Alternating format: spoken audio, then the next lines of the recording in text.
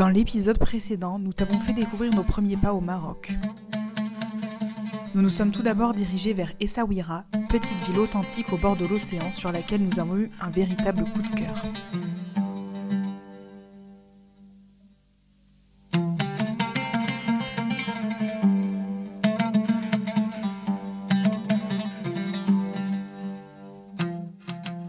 Nous y sommes restés quelques jours avant de revenir sur nos pas dans les terres du Haut-Atlas. Là, nous avons découvert Tellouet.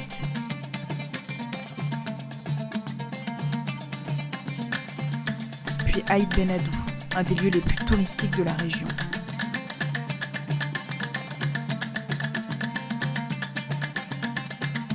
Finalement, nous sommes allés jusqu'à Ouarzazate, ville paisible notamment connue pour le cinéma.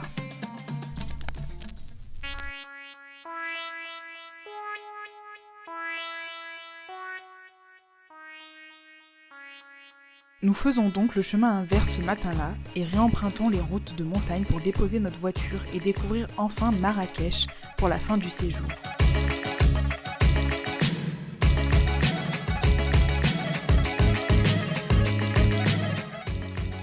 Nous déposons nos affaires dans notre riad situé à 2 pas de la place Jemaa el-Fna et partons à la découverte de la Médina.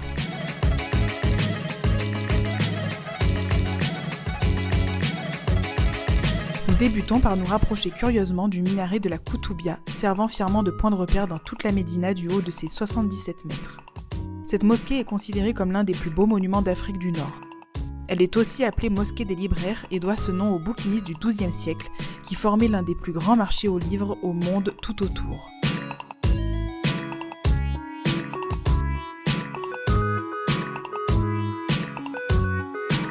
Puis nous nous aventurons dans les souks, colorés et bruyants.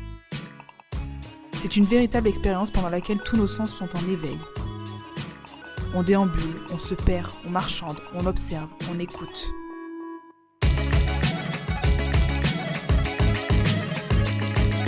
C'est un lieu où tous les savoir-faire et petits métiers s'y côtoient. Ferronniers, teinturiers, vanniers, cordonniers et j'en passe.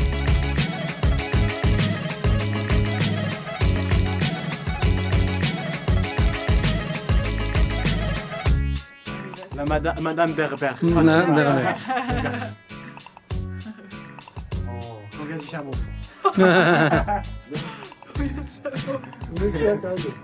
Merci. On a bien marché, donc c'était vraiment une journée assez sympa et pour l'instant j'adore Marrakech, vraiment. On lit beaucoup de choses négatives dessus sur le fait que les gens vous arnaquent, les souks, tout ça. Oui, je pense que c'est vrai, mais bon, faut négocier, voilà. On a été habitué un peu avec la Jordanie, la Turquie et tout, donc ça nous fait pas vraiment peur. Donc voilà, c'est plutôt cool et on a hâte de voir la suite. Là, on se pose un petit peu, on va ressortir ce soir après pour manger un petit bout.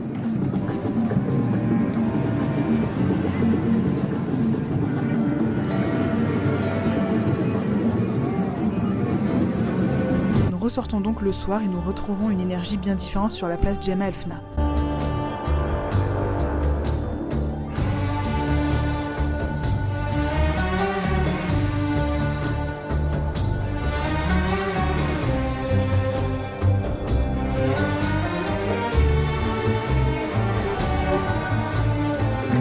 Charmeurs de serpents, musiciens, conteurs et autres artistes s'y côtoient.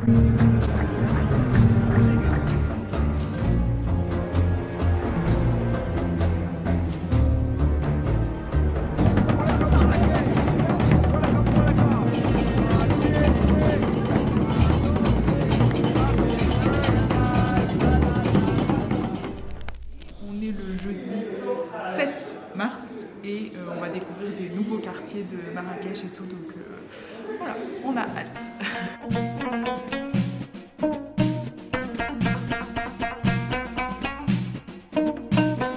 Nous débutons cette seconde journée à Marrakech par un des jardins les plus connus de la ville, le Jardin Secret.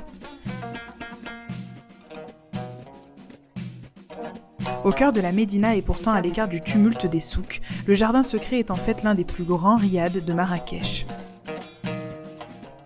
Datant du 19e siècle, le Jardin Secret se divise en 2 parties. Un jardin exotique avec des plantes venant du monde entier et un jardin islamique, dans un esprit traditionnel et classique du pays.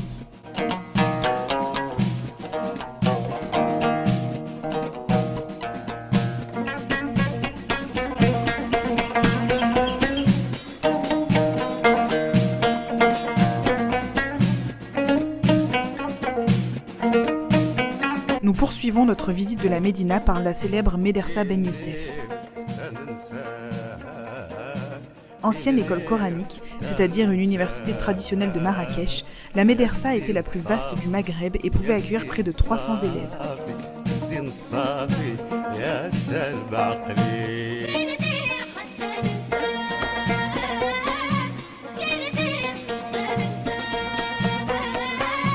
Elle a été édifiée par la dynastie saadienne en 1572 et son architecture est d'inspiration arabo-andalouse.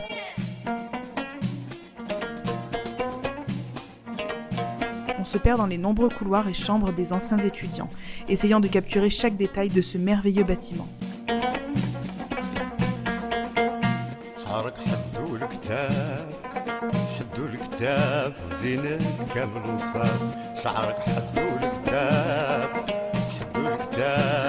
Nous terminons notre journée par le musée de la photographie et son café-terrasse nous offrant une vue panoramique sur la Médina et les montagnes de l'Atlas en fond.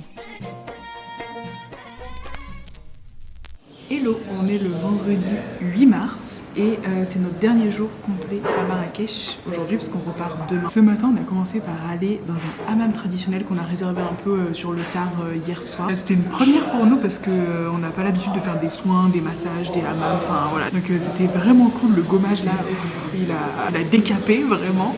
Mais voilà, c'était vraiment très très cool. Et là du coup, on est revenu au riad, on s'est pris des petites pâtisseries. Je sais pas si c'est vraiment des pâtisseries très typiques marocaines, mais en tout cas voilà. Donc on se pose, il est midi.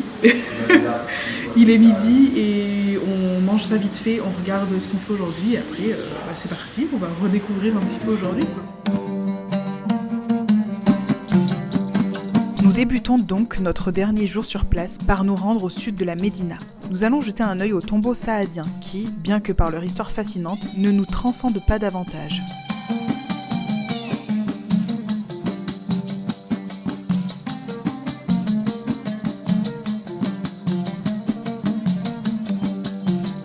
Nous ne perdons pas de temps et filons vers le palais El Badi.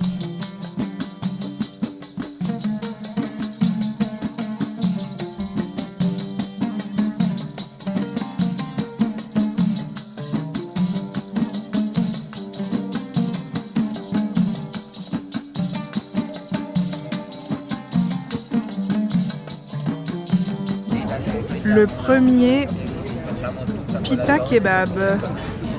Miam miam miam. Bien celui-là.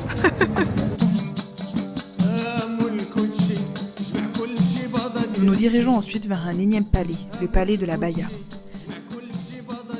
Véritable chef-d'œuvre marocain, cette riche demeure fut construite à partir de 1866 par 6000 des meilleurs artisans et ouvriers du pays. Le palais abrite 8 hectares d'habitation et 3 hectares de jardin. Ces derniers ne sont pas un reste puisqu'ils sont tout aussi magnifiques.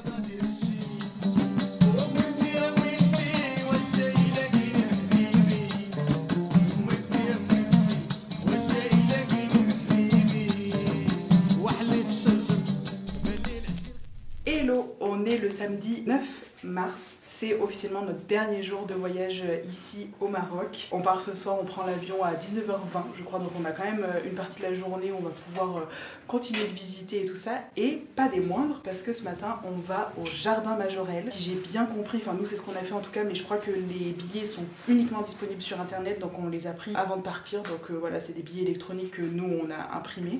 Je crois que c'est pas possible de le prendre sur place, mais je veux pas vous dire de bêtises, donc à vérifier. En tout cas on a super hâte d'aller voir ce fameux Jardin Majorelle. Et après, tranquillement, on ira à l'aéroport en fin d'après-midi. Et puis voilà, ce sera le retour en France. Mais voilà, en attendant, on a encore de belles choses à voir. Donc, c'est parti!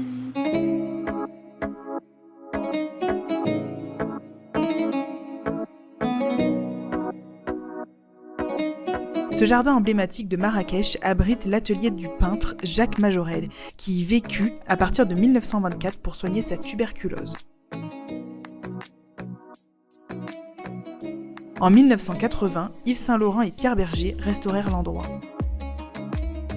C'est un lieu où la nature est luxuriante et où nos yeux sont sans cesse attirés par de vives couleurs.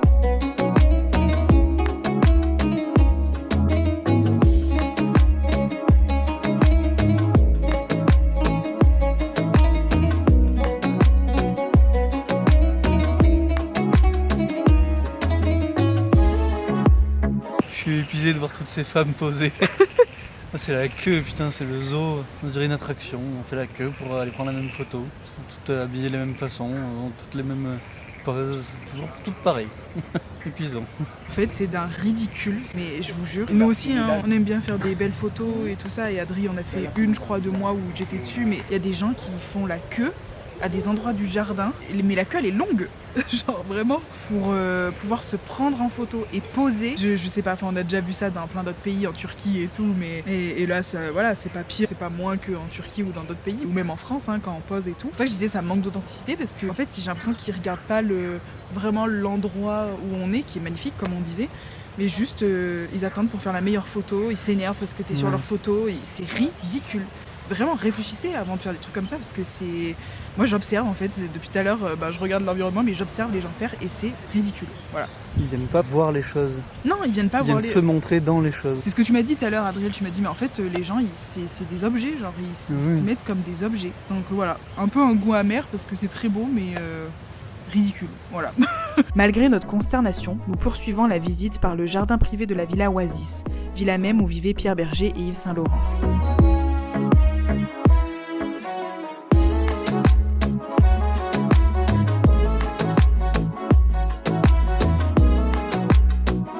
C'est ainsi que notre première découverte du continent africain et de notre voyage au Maroc s'achève.